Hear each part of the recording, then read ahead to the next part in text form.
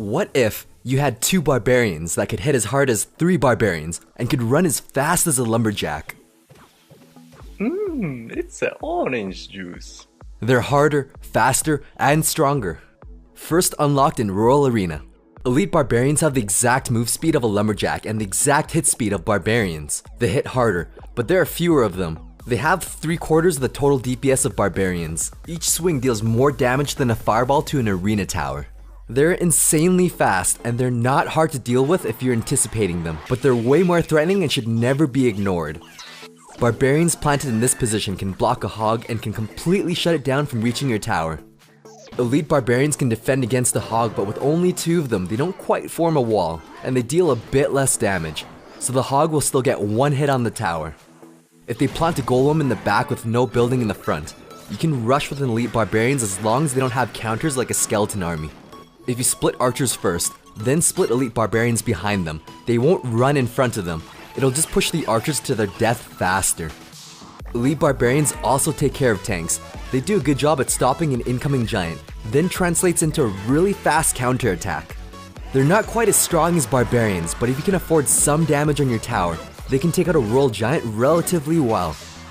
Just like with regular Barbarians, they can take care of Sparky, provided that you surround them. In this case, splitting them left and right. Fireball severely weakens Barbarians to a sliver of health, letting your tower pick them off one by one. With Elite Barbarians, since they're sturdier, Fireball doesn't quite do as much to them. They'll also survive lightning. It does make sense to use lightning if there's a third target such as an arena tower or mega minion nearby. On the same note, since Elite Barbarians do cost 6 elixir, it absolutely makes sense to send in a rocket if you don't have cheaper counters like Tombstone available. Fire Spirits have similar effect as Fireball. They can really hurt Barbarians, but they won't have as much impact on Elite Barbarians.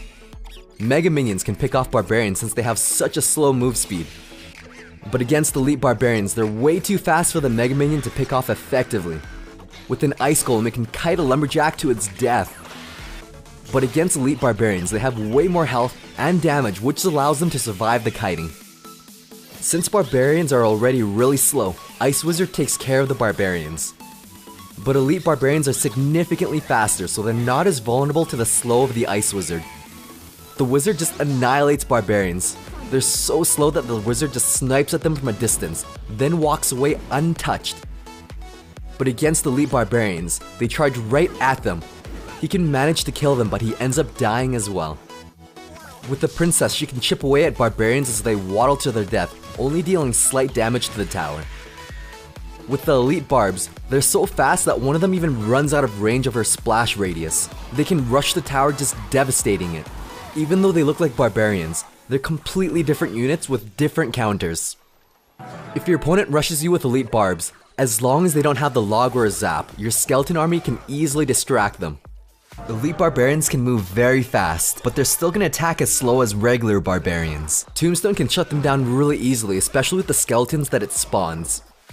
Regular Barbarians overall have a bit more health and total damage. Because of this, they're also effective at sweeping up Elite Barbarians. Archers can tank 2 swings each. If timed properly, pulling them to the center with archers can completely eliminate them. A Musketeer does a decent job, though not as effective as the archers, and at a slightly higher elixir cost. The Bowler is quite a strong card. He does an excellent job at defending against Elite Barbarians. Minions and Mega Minion don't output enough damage to stop the Elite Barbarians, but Minion Horde dishes out just enough to stop them. As long as your opponent doesn't have arrows or rear splash units, you're good. Musketeers have a slow move speed, so splitting muskies in the back makes sense since you can accumulate elixir to support them.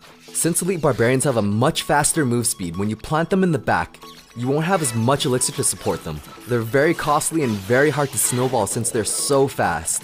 A Mega Minion or archers in the back are much easier to snowball into a larger push since they're significantly faster. Overall, this is a card that deals relatively the same damage as Barbarians, can survive much better than Barbarians, and are much more threatening than a Lumberjack. You never want them to touch your tower, each swing dealing more damage than a Fireball. They are not a direct replacement for Lumberjack or Barbarians. They have their own unique role in the game. We found at Tournament Standard they're a bit hard to use, but since they're common cards, it won't be too difficult to overlevel them. Perhaps they'll be more beneficial in Ladder where there's no level cap. Thanks for watching. Stay tuned for more quality OJ. Positive elixir trade. Positive elixir trade. Positive elixir trade.